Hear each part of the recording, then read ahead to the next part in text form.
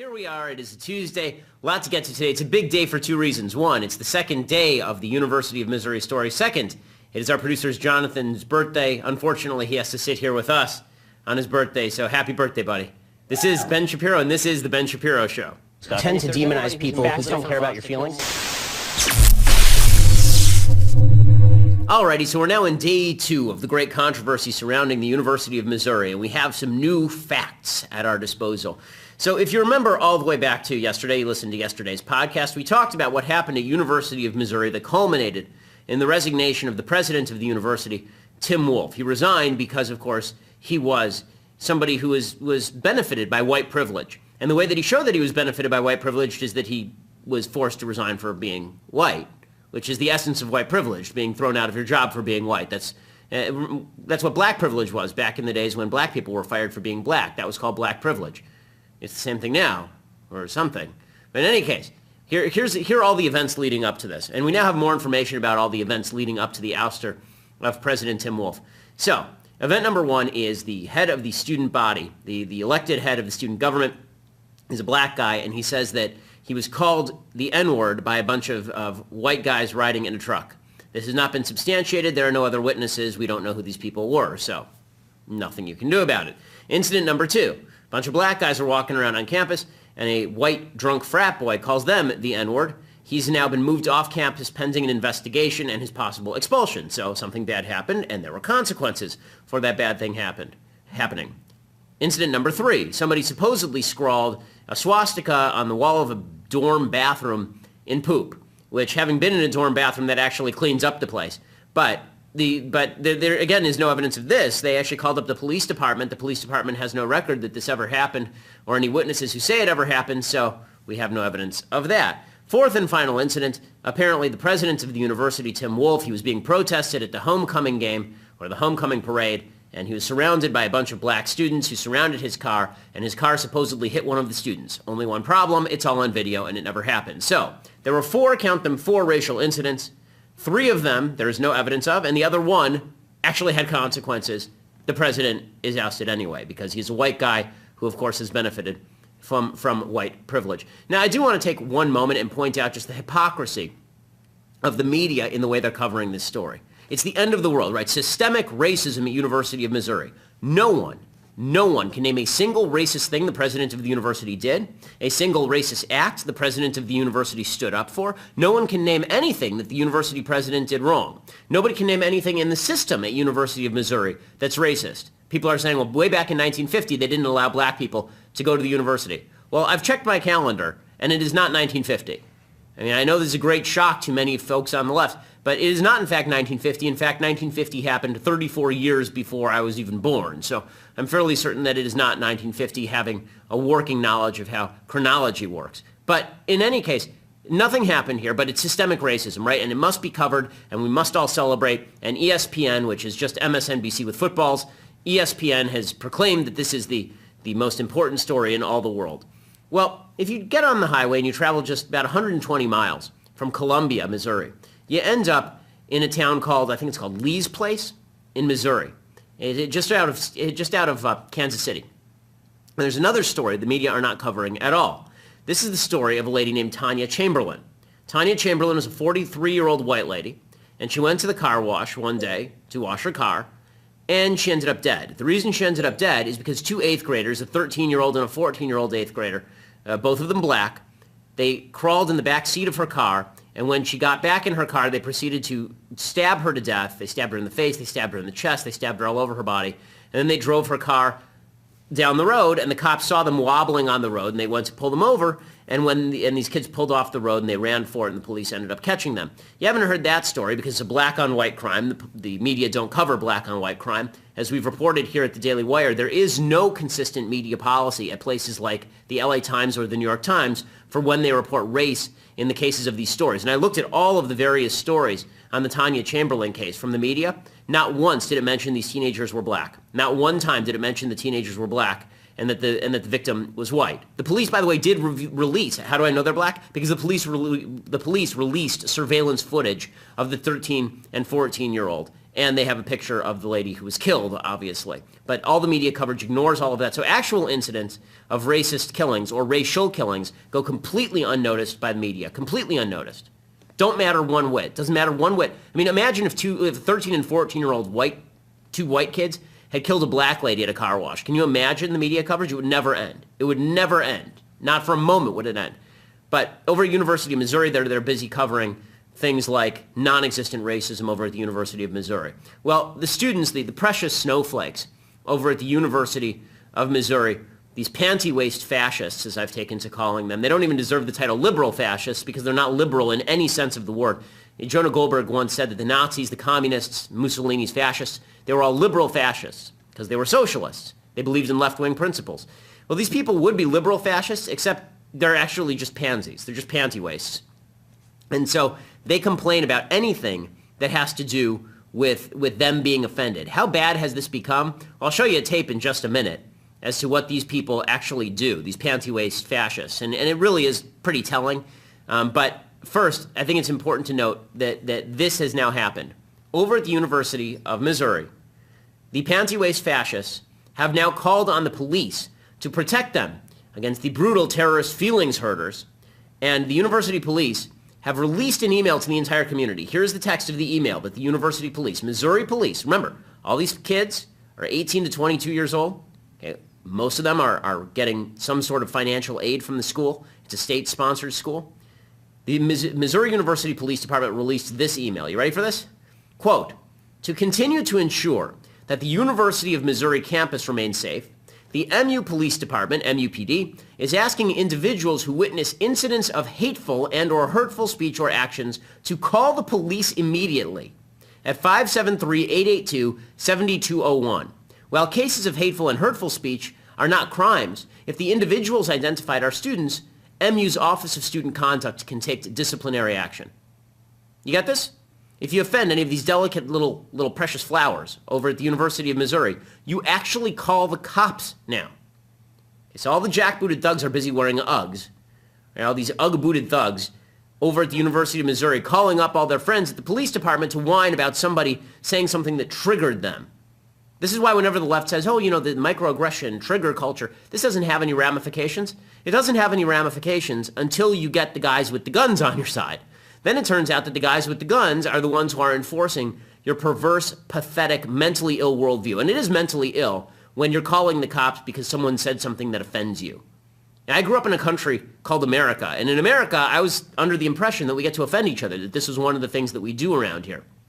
But here is the group of brave panty-waist fascists doing what they do best. Yesterday at the University of Missouri campus, there was a reporter, and he's a student reporter, Asian student reporter, right? And he goes down to look at the protests and take pictures of the protests. And here's what it looked like when he went down to the protests, and we'll explain what's happening for people who can't actually see. Hi, media. Can I talk to you? No, you need to get out. Well, you need to get out. No, I don't. You need to get out. I actually don't. All right. Hey, who wants to help me get this reporter out of here? I need some muscle over here. I need to muscle over here, get this reporter out of here. Okay, that lady who you see yelling at the reporter there, and this is not nearly the entirety of the video. The video is about 11 minutes long. That's the most relevant portion of it. You sort of have to understand what came before this on the video. It is amazing. The student who's, again, Asian American, he walks up to take photographs of this protest, and there's a big wall that's been created, a wall of students, and in the center there's what looks like a little encampment with a bunch of crappy tents. It looks like an Occupy protest, basically. And he wants to get in so that he can take pictures of these poor, bedeviled students who are under the thumb of their progressive masters over at the University of Missouri. So he approaches the line, and all these students start yelling at him, screaming at him, right? Get out of here. And they're chanting, hey, hey, ho, ho, reporters have got to go, which, of course, is a great and wonderful explanation of how the First Amendment works. And he actually says, no, actually, the First Amendment means I can be here and you can be here. Like the same thing that allows you to be here making asses of yourselves, that allows me to be here photographing you making asses of yourselves. And he's confronted by the head of Greek life, the associate head of Greek life, a faculty member at the university, and told to leave because it's offensive and you're triggering people, you're making them feel bad. And then we get a situation where, you remember when you were a kid if you had a younger sibling, I'm sure at some point this happened to you or you did it to a younger sibling, where you're in a fight with your sibling and you don't want to get in trouble with your parents. So what you do is you take your younger sibling's hand and you hit them in the face with their own hand, and then you go, stop hitting yourself, right? You've seen kids do this at the playground. It's obnoxious. It's terrible. These students actually do that. So the reporter goes up to the line, and he's just standing there taking photographs. And suddenly, this associate dean for student life or Greek life or one of her compatriots yells to the crowd, guys, we need to step a few steps forward. The goal, of course, being to initiate contact with this photographer, physical contact with the photographer. He just stands there. They walk into him, and then all the students begin yelling at him. You're touching me! Get off of me! Why are you touching me? And you're sitting there watching this going, these are all a bunch of insane people. And this literally looks like an asylum. This is a bunch of nut jobs. And by the way, the lady who's yelling at this guy there saying, I want some muscle to get rid of this reporter. There's a reporter over here. I need some muscle. That lady's name, that Afternoon Delight's name, is Melissa Click. Okay, her name is Melissa Click. She teaches mass media in the communications department. Right? She's in the communications department. And at one point he says to her, the First Amendment protects me. She goes, oh, the First Amendment protects you. I'm in the communications department. I know how that works. That's not me imitating her. That's her doing a voice, like the facetious voice, like the I know you are, but what am I voice? Right? She does that to the student. Okay, Melissa Click, who is, again, a professional useless person, here's what she actually studies when she's not trying to muscle student journalists. Here's what she actually studies over at University of Missouri. Quote, research projects involving 50 Shades of Grey readers, the impact of social media in fans' relationship with Lady Gaga, masculinity and male fans, messages about class and food in reality television programming, and messages about work in children's television programs. This is what she does for a living on the taxpayer dime at University of Missouri. And she's telling reporters that they should get out of there because otherwise they're just troubling people. It's the rule of the pantywaist fascists. You must not hurt their feelings under any circumstances. And if you do hurt their feelings, then there will be hell to pay. They will call the cops on you. They will call the cops. That's where we have come. They will now call the cops.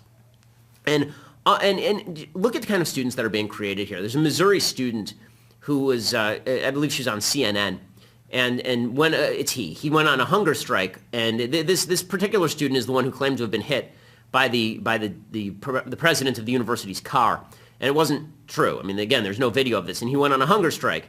And because liberals are a waste of breath and oxygen, the president of the university, instead of just saying, okay, more food for us, he started catering to this idiot kid. His name is Jonathan Butler. Here's Jonathan Butler on CNN playing the wronged victim / hero, because this is how it works. In leftist ideology, the more you are victimized, the more you are a hero, even if that victimization doesn't exist. And if you're a black person, you're by nature a victim because obviously you're black, and all black people are victims, all of them, except for Ben Carson, who's not a victim of anything. He deserves anything that comes to him because he's a crazy right-winger. Except for him. He's that black guy is not really black, so he's not a victim. But actual victims like this guy who is going to a decent university on the taxpayer dime, he's a real victim, and he says he feels unsafe on the campus. Here is the aforementioned Jonathan Butler. I've been facing issues on this campus as an undergrad since 2008, and now as a graduate student here, I've been facing these issues, and so this wasn't an easy decision to make, but over the past 2.5, 3 weeks, prior to the hunger strike, I really took some time with consulting my spiritual leaders, my pastors, and other mentors about this decision, and knowing that I am truly committed to this change. That's what I really set my heart on doing, and it just was the necessary precautions just in case anything happened. And this is important. I mean, as an undergraduate, you were saying you've been facing these issues going back to 2008. Did you feel unsafe on campus? I felt unsafe since the moment I stepped on this campus. But the thing that we've been pushing to everyone is that we love Mizzou enough to critique and to fight against the injustices that we face at this school. So my first semester here, I had someone write the N-word on my wall. I've been physically in altercations with white gentlemen on campus. I've had other incidences that have gone on. And for me, it's just, I've always not felt welcome at this university because the campus hasn't been in a welcoming and inclusive environment. Okay, I'm going to call BS on pretty much everything that guy just said. I felt this was unsafe from the moment he walked on campus. So why are you there? When I don't feel safe in a particular environment, I leave. It's what I do. It's what most people do. And the idea that there's some sort of vast crime wave against black people at University of Missouri is not borne out. By the way, is there any police record of somebody scrawling the N-word on his wall? Is there any police record of any fights involving him and white people who are saying racist things? Any police record of any of this? Any records of any of this? Is any of it documented? Or is he just saying it? And the reason I call out the idea that this might be a hoax or that people might make this stuff up is because people routinely make this kind of stuff up. They do. Okay, how many incidents have we seen across the country of people actually faking racial incidents in order to provoke media coverage? It's happened all over the country. We've had cases of professors doing this in order to provoke media coverage. And yes, it happens on a large scale and it happens on a small scale. And the evidence of that is that the media are saying that what happened at University of Missouri was originally driven by what happened in Ferguson, Missouri, right, just a few miles down the road. Well, as you remember, Ferguson, Missouri was a hoax. If you remember, Ferguson, Missouri, the idea that an innocent young black man, unarmed, was shot for no reason by a cop, it was a lie and it was a hoax. It drove riots. It drove media coverage for months. It drove the White House to get involved. It was a hoax. It was a lie. And Barack Obama got up there and he said, you know, black people aren't just making this stuff up. And the fact is, in that case, black people were making that stuff up. Because it turns out that when there is a benefit to making things up, people will make things up. It's amazing. We have a media that will vet Ben Carson's knifing story back 50 years, but not a media that will ask, okay, did you ever file a police report? Anderson Cooper's sitting right there on national TV. Did you ever say, did you file a report with the administration? Did you ever file a report with the police? No, nothing. We'll just take you at your word. You felt unsafe. Oh, you felt unsafe because feelings. And the entire Missouri faculty is doing the same thing. Missouri Associated Professor was also on television last night talking about how Ferguson was the catalyst for all of this. Ferguson really drove all of this. There's a Missouri Associated Professor talking about how Ferguson, Missouri really changed everything at the University of Missouri, which, again, has nothing to do with anything. Students have been passionate about this for a long time, and I think most recently the catalyst was last year when Michael Brown was killed in Ferguson. Our students realized that what they've been feeling here is linked to what happened just down the road, and so they started agitating for change on campus. I should mention the agitation has all been very peaceful. It's been very thoughtful and well done by a group of leaders who have been very intentional in getting action done. Okay, so and you see Wolf Blitzer sitting there nodding along. At no point does he ever jump in and say, okay, lady, you say that Ferguson, Missouri is what drove all of this. You do realize that Eric Holder, the racist Eric Holder's DOJ, his Department of Justice, found that the shooting of Michael Brown was entirely justified on the part of Officer Darren Wilson. You do realize that, right? Nobody ever says any of that. Right? We're just supposed to take for granted America is racist and Ferguson is racist and University of Missouri is racist. And the left wants it both ways. It's really funny. They'll say Ferguson, Missouri is racist, therefore University of Missouri is racist. And then they say University of Missouri is racist, therefore America is racist. You ever wonder why it is that the left is focusing so much of its ire lately on college campuses, where no Republican has set foot in decades? It's like the island of Atlantis for Republicans' college campuses. It just doesn't exist. It's Brigadoon. It appears once every 100 years out of the mist, and a Republican wanders onto it and then has to make a decision as to whether to stay on campus and disappear into the mist for the next 100 years or walk away and leave behind Sid Charisse. These campuses are dominated by the left, by the utopian left, right? But if you hear the left talk about campuses, which are, again, there are 0 Republicans on campus. Whenever the left talks about campuses, they're hotbeds of racism and sexism and transphobia and rape, right? They're rape hotbeds. Everybody's getting raped on campus, right? 1 out of every 4 women is raped on campus, which is absolute bull, okay? The statistical study on which that is based says, did you ever receive any unwanted physical contact, and then counts that as rape? I don't know a single woman who has never received unwanted physical contact. There are 0 women existing today who have never received unwanted physical contact, ranging from a guy leans in for a kiss and she turns her cheek so it glances off, to he tries to hold her hand, to shaking hands with somebody who's gross. Okay, the fact is that, but you count that as rape. That's a bit of an exaggeration as far as what rape is. But the point is this. You look at college campuses, dominated by the left. These are the worst places on earth. mean, this is Bosnia-Herzegovina circa 1995, right? It's the worst place you could possibly want to be. Whereas modern-day Syria is Columbia University. You never know when you're just going to be hopped on and raped, and then you have to drag a mattress around like Mattress Girl for months on end to get the administration to pay attention to you. Then, of course, it turns out that you faked the whole rape story in the first place, but your point has been made. Campuses are a terrible place. Why is it that the left is focusing on campuses? There are two reasons that the left focuses on its own campuses. Again, places they dominate. Reason number one the left focuses on its campuses is because if the left can claim that campuses, the most tolerant, liberal, and diverse of places in the United States, are really intolerant bastions of conservatism, then by extension, all of the United States must be that much more racist, right? If Columbia is racist, how much more must Austin, Texas be? Or Austin, how about Lubbock? I mean, goodness gracious. Right? The minute that you move, the further you move into the heartland, the worse it gets, right? If it's bad at University of Missouri and Columbia, then wait till you get to Podunk, right? Podunk is going to be the worst place you ever been, right? America has to be worse than, because this is utopia, right? These beautiful manicured lawns where everybody gets along, but secretly underneath. Just peel away the layers like an onion, and underneath this place is Nazi Germany. Okay, well, first of all, you all control this, but the idea is that if this is bad, the rest of America is that much worse. Right? These are the student leaders, and they know. Okay, so that's reason number one. Reason number two is because no matter how radical you get on a university campus, there will never be any kickback. No one will ever confront you. No one will ever tell you you're wrong. No one will ever tell you that you're a doofus and that you're lying and that what you're saying is untrue. No one will ever hurt your feelings. Right? If they tried this routine, this is why riots typically happen in Democrat cities, because they know that the treatment is going to be relatively nice. The higher-ups in Baltimore are not going to crack down on the rioting.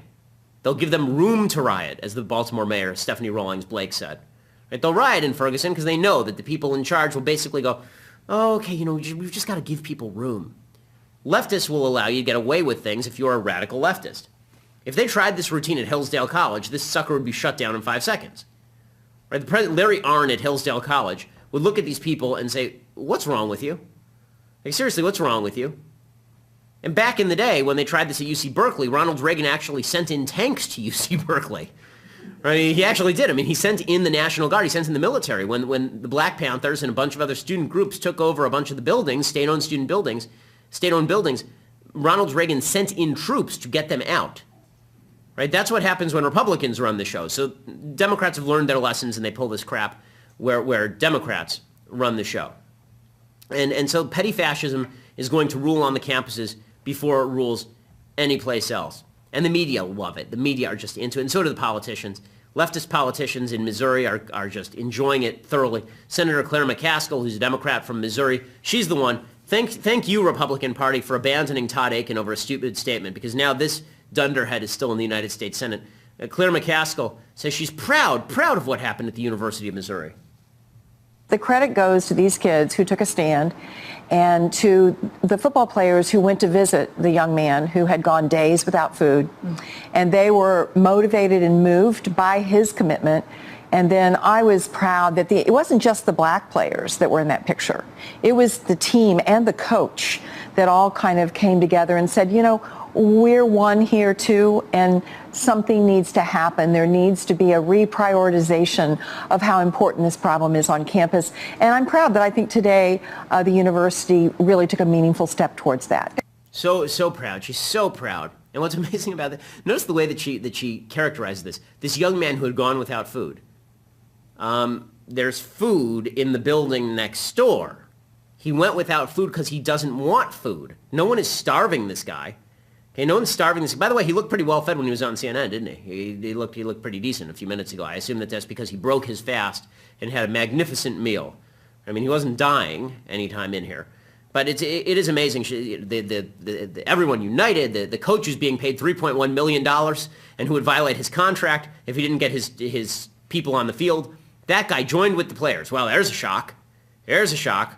Because he leveraged the university into getting his players back on the field so he can get paid. I mean, there's a giant shock, but no white privilege attaches to him. No white privilege attaches to Claire McCaskill, who buys into this mumbo-jumbo. It is truly amazing. And then finally, to cap all of this off, the media coverage on all these issues is so amazing.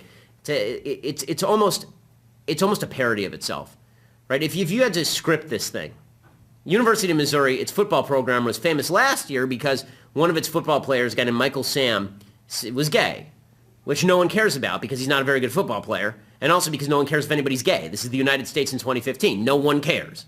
Literally no one cares, right? You making a big deal out of the fact that you love dudes, fine. No one cares, okay? We care when you want us to bake cakes for you. But aside from that, aside from forcing me to participate in your gay wedding or sanction your gay adoption, I don't care at all. You want to have sex with whatever, you can have sex with the wall. I don't care. But Michael Sam became famous. He was on the cover of Sports Illustrated. And then, of course, he was promptly dropped. He was drafted in the 7th round of the NFL draft, even though he was totally unqualified. He was dropped by the Rams practice squad. He was picked up by the Cowboys. They dropped him from the practice squad. He then signed up with the Montreal Alouettes in the Canadian Football League, and then walked away from the team because he couldn't get his stuff together. And now he's back on TV because University of Missouri is in the news. And so here's Michael Sam extending his 15 minutes of fame by how long is this clip? About 35 seconds? Here's Michael Sam, who's now into, he was lucky. He extended his 15 minutes of fame to 15 minutes and 35 seconds. Here we go.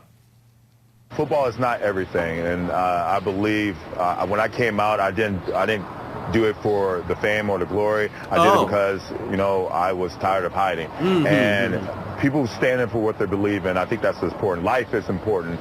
Football isn't everything, and hopefully it doesn't harm the players' careers or in the league, but it just, I don't know the answer to that question, really.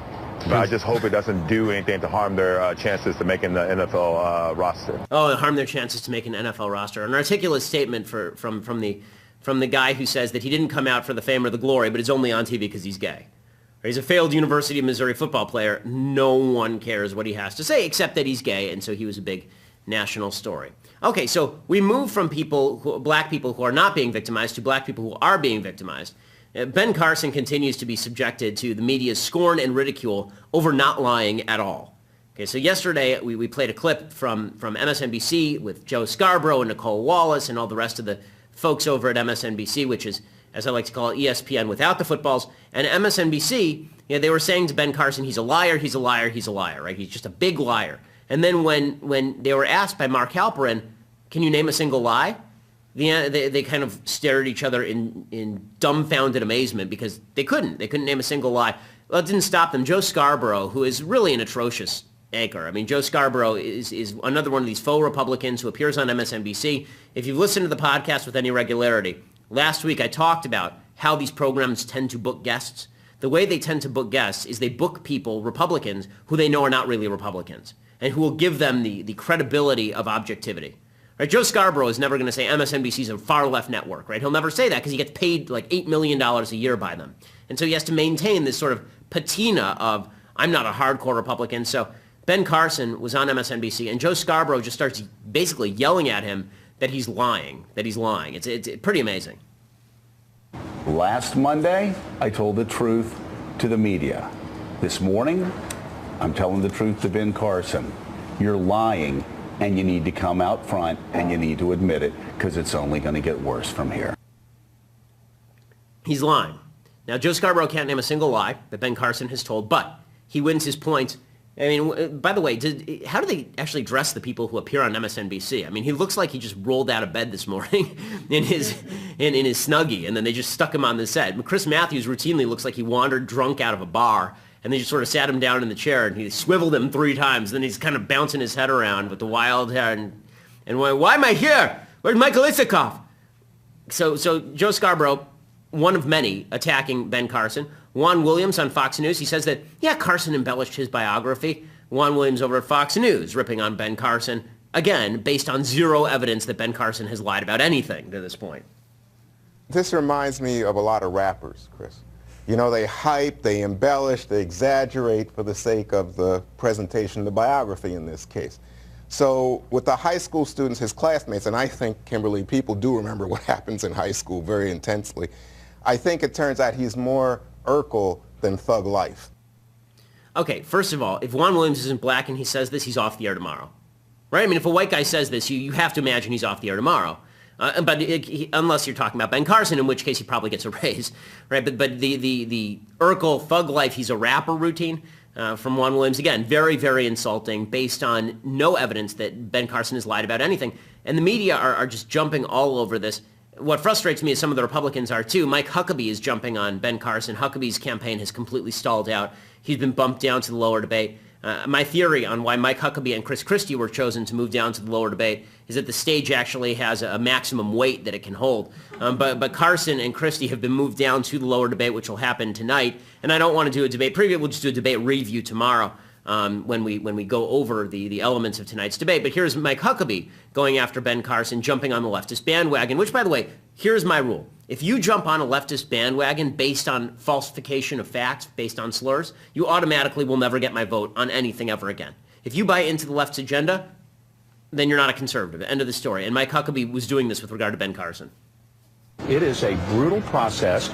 I've been through it for 26 years. Right. And life ain't fair. I'm telling you. But I will go on record today and tell you this, Mika.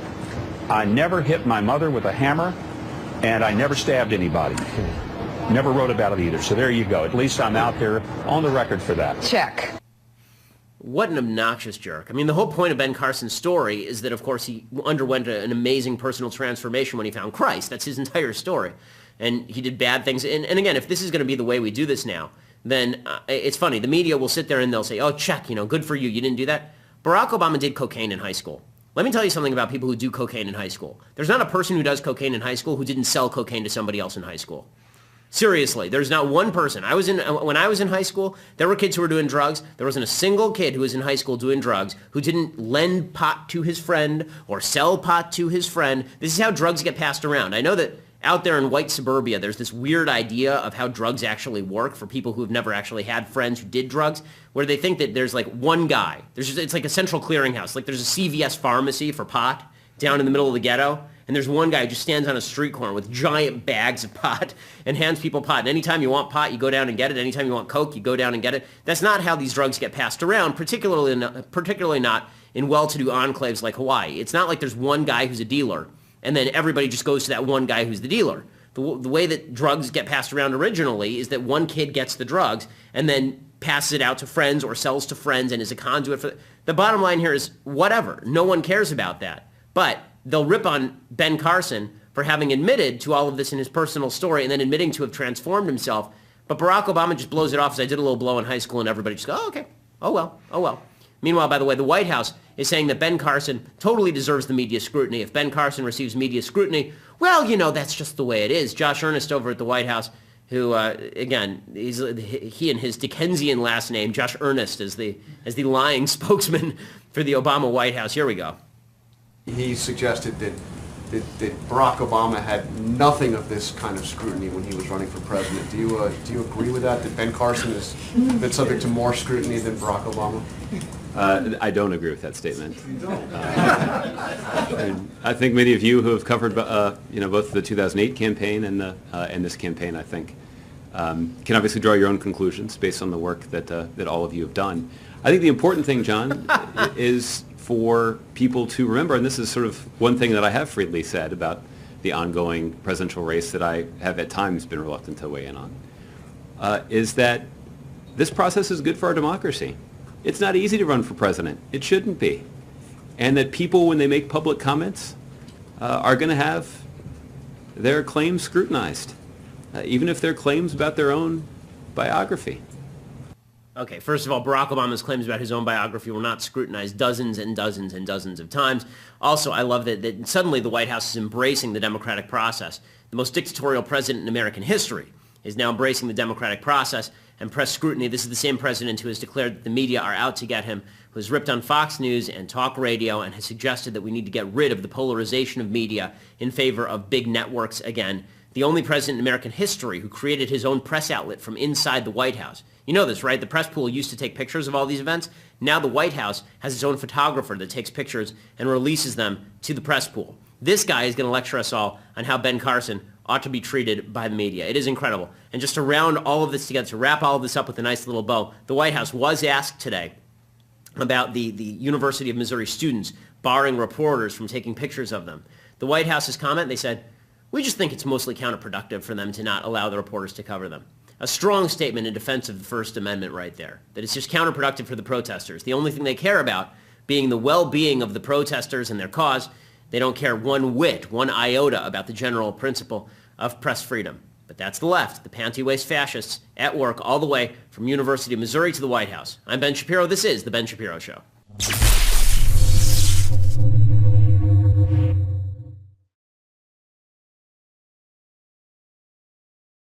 It's the same thing now, or something. But in any case, here are all the events leading up to this. And we now have more information about all the events leading up to the ouster of President Tim Wolf. So, event number one is the head of the student body, the elected head of the student government. He's a black guy, and he says that he was called the N-word by a bunch of white guys riding in a truck. This has not been substantiated. There are no other witnesses. We don't know who these people were, so nothing you can do about it. Incident number two. A bunch of black guys are walking around on campus, and a white drunk frat boy calls them the N-word.